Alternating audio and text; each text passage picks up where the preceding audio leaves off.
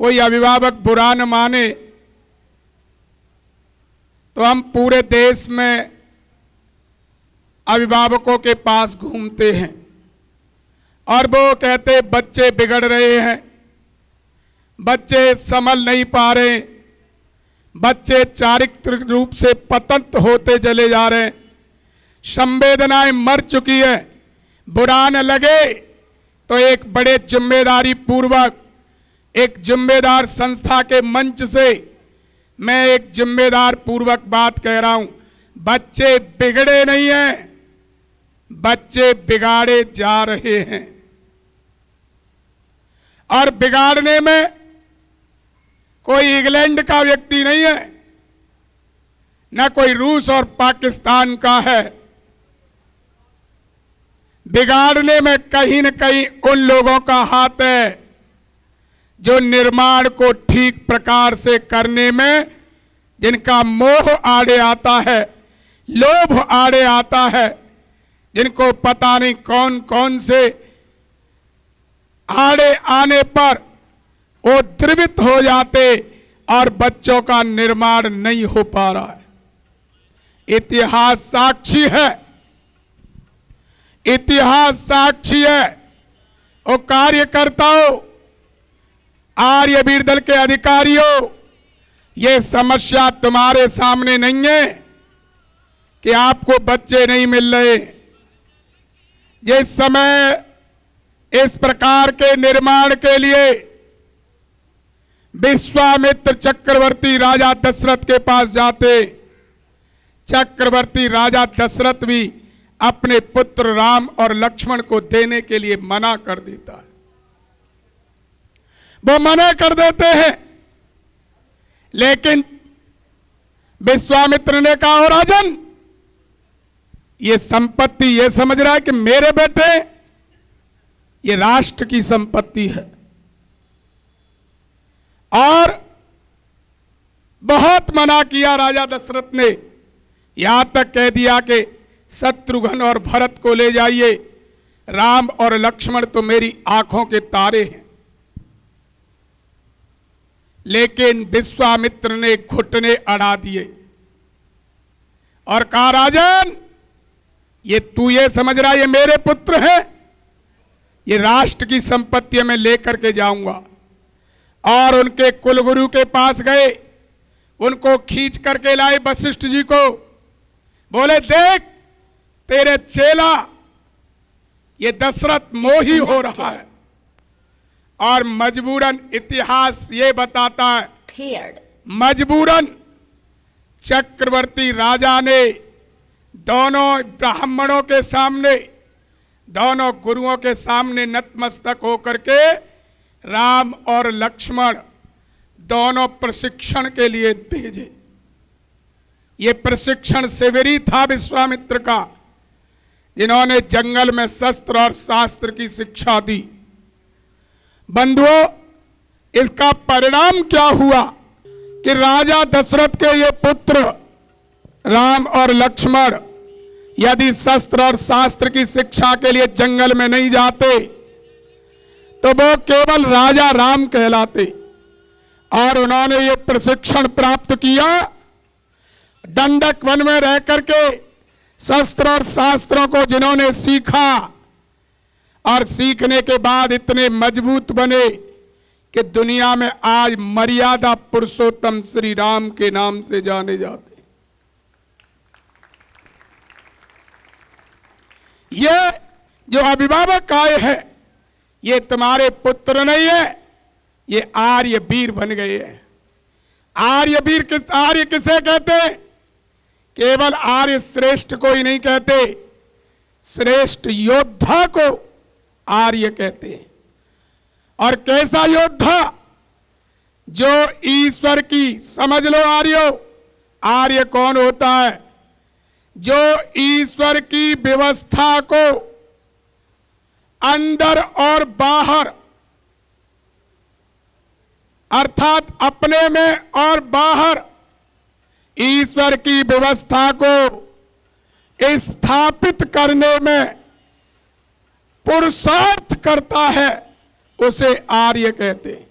अर्थात जो ईश्वर की व्यवस्था को अपने अंदर और अपने बाहर स्थापित कर दे, वो आर्य योद्धा होता है। इसलिए मैं आप सबसे निवेदन करना चाहता हूं, आपने जो इस प्रकार का जो कार्य में बच्चे भेजे हैं, आप सब धन्यवाद के पात्र हैं। एक बार उन सब माता पिताओं के लिए आर्य वीरों ताली बजाओ, जिन्होंने स्वतंत्र होकर के आपको प्रशिक्षण के लिए भेजा है। आपने जो कार्य किया है, ये निर्माण का कार्य है। भारत माता की जय बोलने से भारत माता की जय नहीं होगी। यदि होती तो हमें 70 वर्ष तो आजादी में भारत माता की जय बोलते हुए हो गए। मैं देख रहा हूं दिन प्रतिदिन संवेदनाएं मर रही हैं, धर्म घटता चला जा रहा है, भारत माता तार तार होती चली जा रही है। अरे जय बोलने से जय होती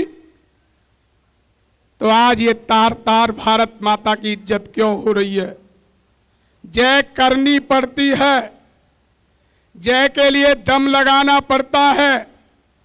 और भारत के निर्माण के लिए राष्ट्र की सबसे छोटी इकाई व्यक्ति होता है, और व्यक्ति के निर्माण से ही राष्ट्र का निर्माण होता है।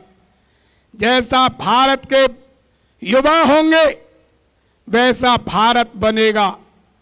यदि भारत के युवा बेईमान है तो भारत बेईमान है, भारत के युवा ईमानदार है तो भारत ईमानदार है, भारत के युवा चरित्रहीन है तो भारत चरित्रहीन है, भारत के युवा चरित्रवान है तो भारत चरित्रवान बनेगा।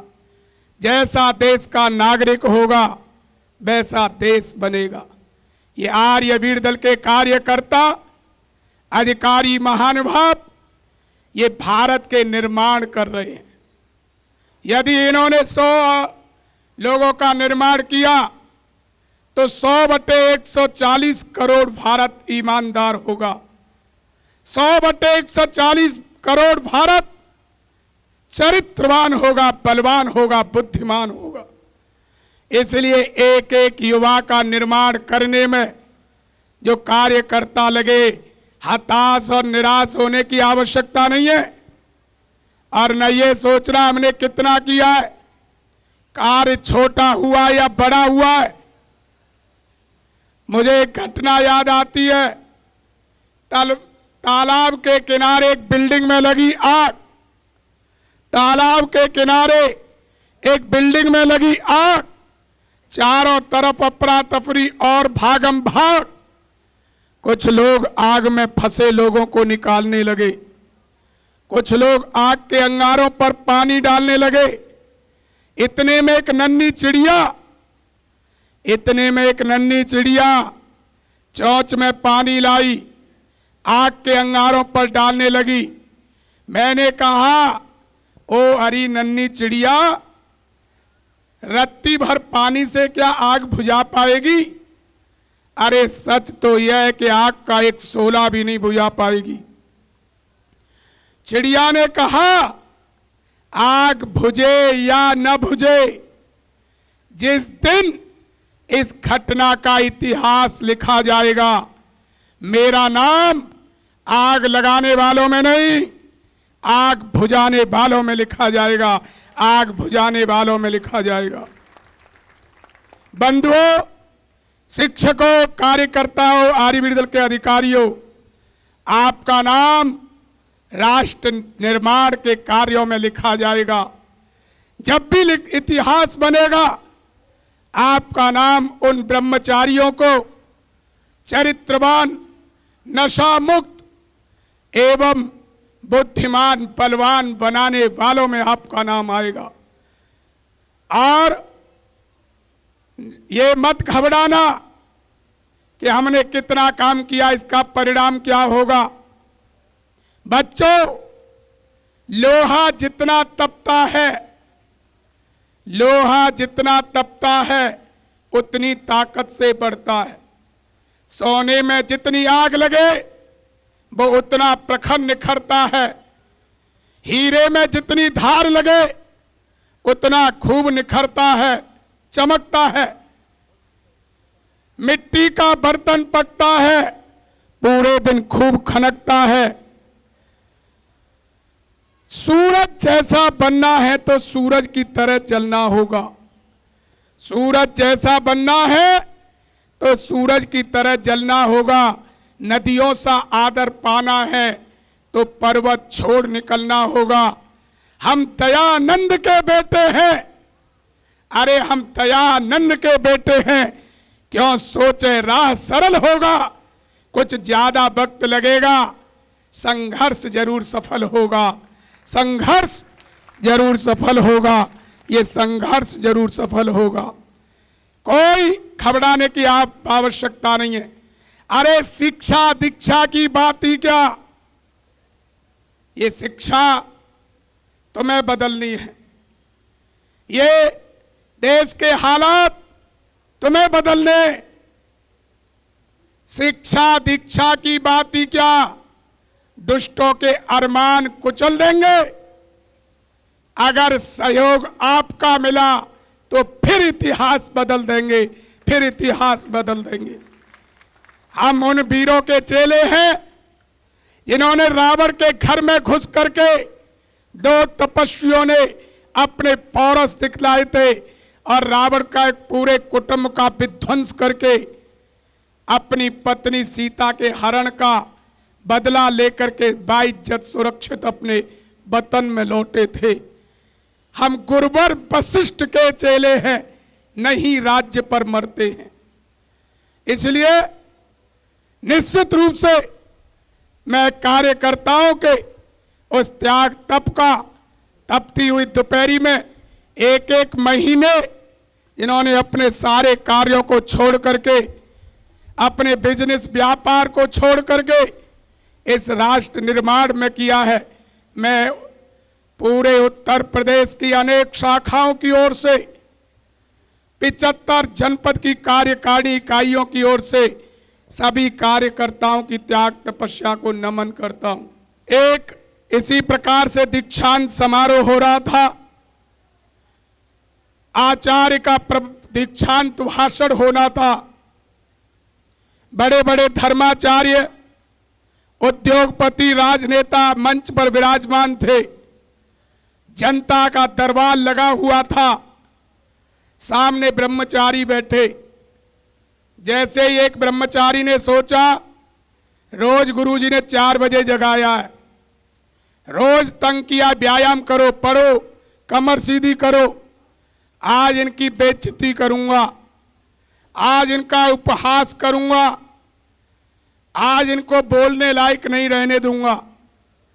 और उसने एक चिड़िया पकड़ के लाया और बैठ गया, विचार किया, पूछूंगा ये हाथ में क्या है, नहीं बता पाएंगे तो बेइज्जती हो जाएगी, और बताएंगे नहीं तो पूछूंगा मेरे हाथ में क्या है, बता देंगे तो पूछूंगा कि ये चिड़िया जीवित है कि मरी हुई है। वो कहेंगे जीवित है तो भींच के मार दूंगा, और कहेंगे मरी हुई है तो उड़ा दूंगा। उनका कथन असत्य होगा और सबके सामने उपहास होगा। ऐसा विचार करके बैठ गया। जैसे ही गुरुजी ने दीक्षांत भाषण दिया तो हाथ खड़ा किया। गुरुजी समझ गए जिसने 12 साल तक कुछ नहीं पूछा, केवल ऊधम करता था, लेकिन लोग पूछ रहे थे गुरुजी देखो वो कुछ पूछना चाहता है। गुरुजी ने कहा ब्रह्मचारी बोलो क्या कहना चाहते हो। ब्रह्मचारी ने कहा गुरुजी बताओ मेरे हाथ में क्या है। गुरुजी ने कोई पंख दिखाई दे रहे थे हाथ में नीचे से, बोले तुम्हारे हाथ में चिड़िया है। ब्रह्मचारी डर गया, जमीन निकल गई। गुरुजी को कैसे पता था? तुरंत बोला घबराते हुए हड़बड़ाहट में, बताओ गुरुजी ये मेरे हाथ में चिड़िया है तो बताओ जीवित है कि मरी हुई है। गुरुजी ने 3-4 सेकंड अपना कान खुजाया, बोले बेटा ध्यान से सुनो सभी आर्यवीर, बेटा अब ये तेरे हाथ में है, तू इसे जीवित राख या मार दे। ये आज हमारे संपूर्ण शिविर के दीक्षांत समारोह को ये गुरु शिष्य की कहानी रेखांकित करती है।